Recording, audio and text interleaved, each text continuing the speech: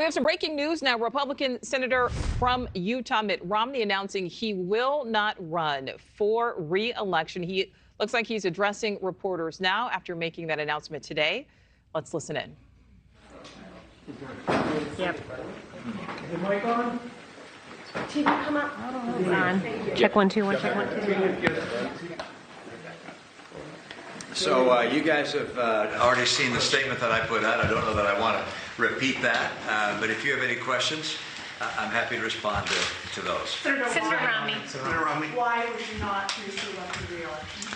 I considered my age and the fact that at the end of a second term I would be in my mid-80s, and I think it's time for guys like me to get out of the way and have people in the next generation step forward, because they're going to be shaping the world they're going to be living in.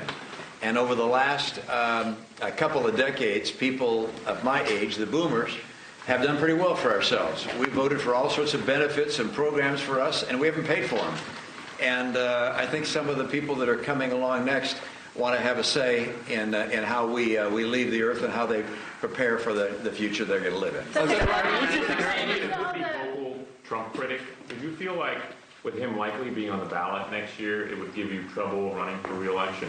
You know, there was a recent poll in Utah which had me showing some very strong numbers. I was very pleased to see that. I think the people in Utah don't all agree with me on the posture I took with regards to Donald Trump, but they respect people who vote their conscience, and I appreciate that in my fellow citizens.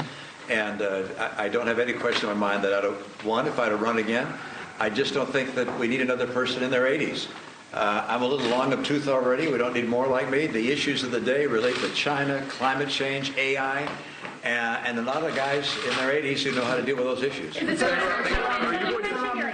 You mentioned your age as one of the reasons for not running for re-election. Is that a nice way to say to some of your colleagues who are older that maybe it's time for them to step down as well?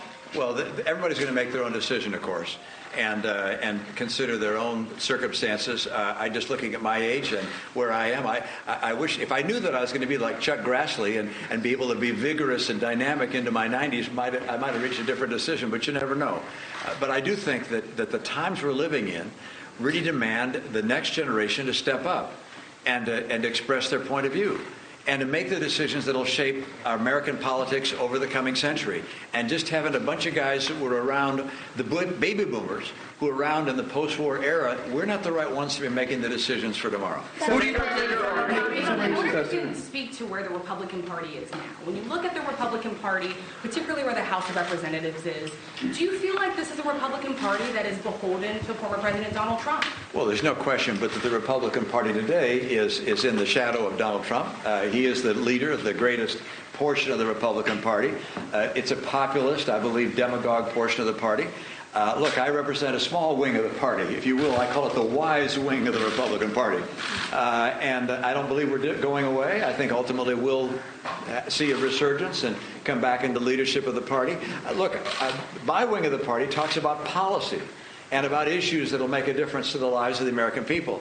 The Trump wing of the party talks about resentments of various kind and getting even and settling scores and revisiting the 2020 election.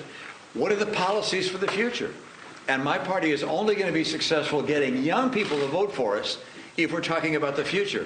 And that's not happening so far in that other wing. But Senator, aren't you going to lose that battle? People like you are fighting that wing of the party and stepping aside. And to add to that, you had said just that a lot of the party simply does not believe in the Constitution.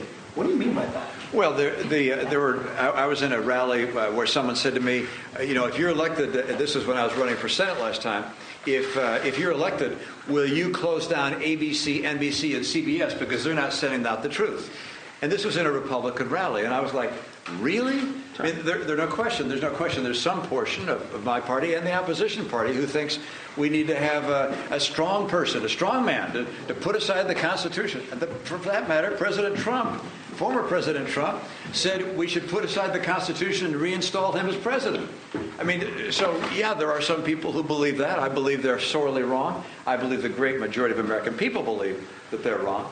But in terms of what I'm going to be doing, look, I want to get more young people voting and involved in the political process, and that's something I'm going to devote myself to after the next year and a half when I spend it. Thank you for watching. Go to newsnationnow.com to find News Nation on your television provider. And don't forget to click the red subscribe button below to get more of News Nation's fact-driven, unbiased coverage.